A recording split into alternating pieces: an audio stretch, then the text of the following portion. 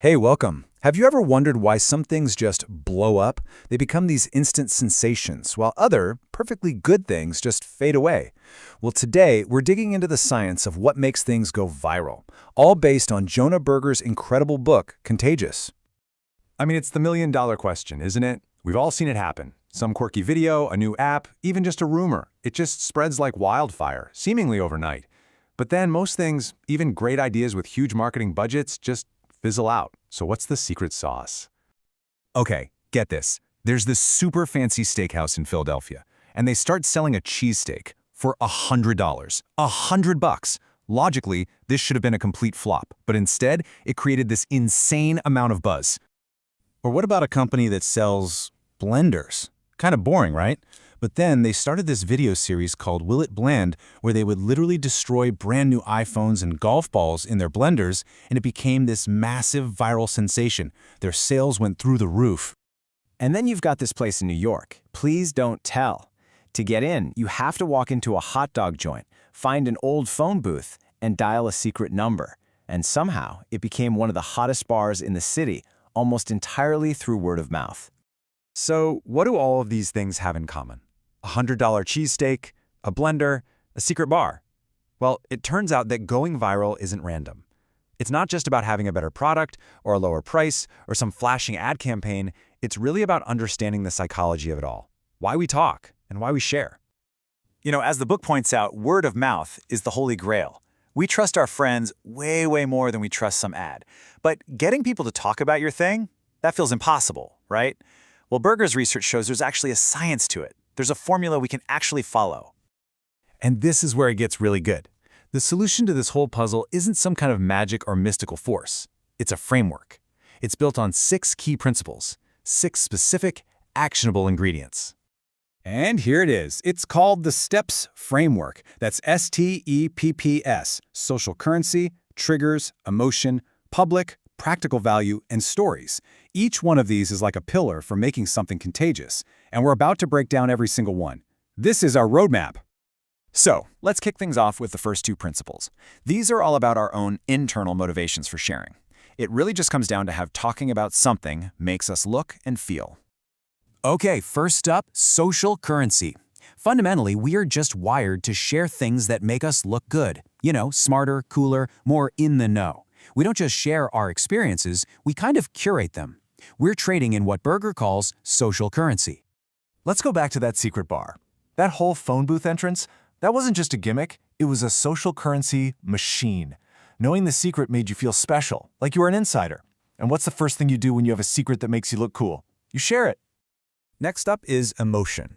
Now, you might be thinking, well, of course emotional things get shared, but it's not quite that simple. See, not all emotions are created equal when it comes to making something go viral. The real key here is the difference between high arousal and low arousal emotions. Awe, excitement, even anger and anxiety. These are things that get our hearts pumping. They drive us to act, to share. They create this physical urge to do something. But feelings like sadness or contentment, they're at low arousal. They actually make us less likely to share. To go viral, you have to light a fire. So, an idea needs to make people look good and feel something powerful. But even that isn't enough. For it to truly spread far and wide, it also has to be visible and super easy to remember. And that brings us to triggers.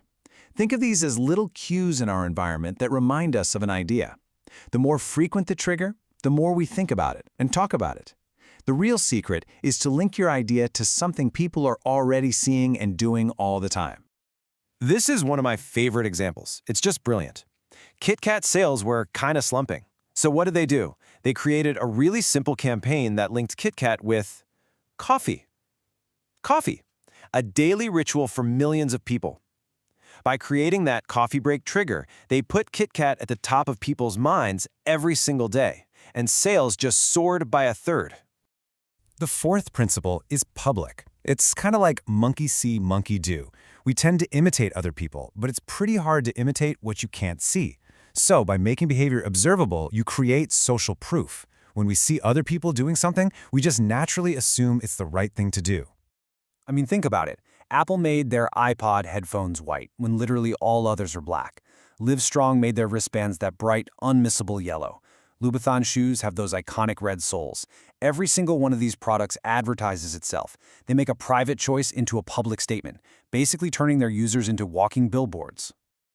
All right, we're on to our final 2 principles now. And these are all about wrapping your message in a package that is both incredibly useful and totally unforgettable.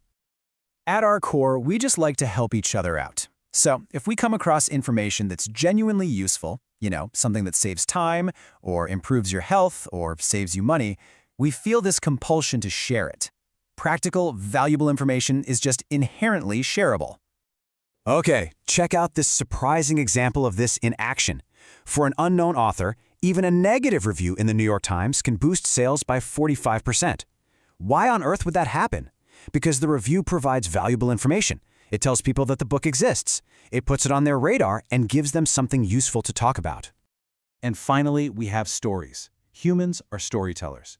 We don't just share facts and figures. We embed them in narratives. Stories are like these perfect Trojan horses. They carry a message or a lesson inside a wrapper that's engaging, emotional, and super easy to pass on. But here's the crucial part. Your brand or your idea has to be integral to the story. If people can tell the cool story without mentioning your product, believe me, they will. The message has to be so woven into the plot that it's impossible to separate the two. So, after going through all that, what does this actually mean for you? It means that virality isn't magic, it's a science. And now you have the toolkit. Here it is, all laid out. You can use this as a checklist. Ask yourself, does talking about my idea give people social currency? What are the triggers that will bring it to mind?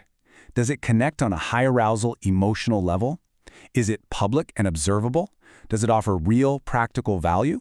And is it wrapped in a memorable story? These principles aren't just for marketers. They explain the fundamental way ideas move through society. And now that you have the formula, I guarantee you're going to start seeing it everywhere. You can spot it, and you can use it. So the only question left is, what will you choose to make contagious?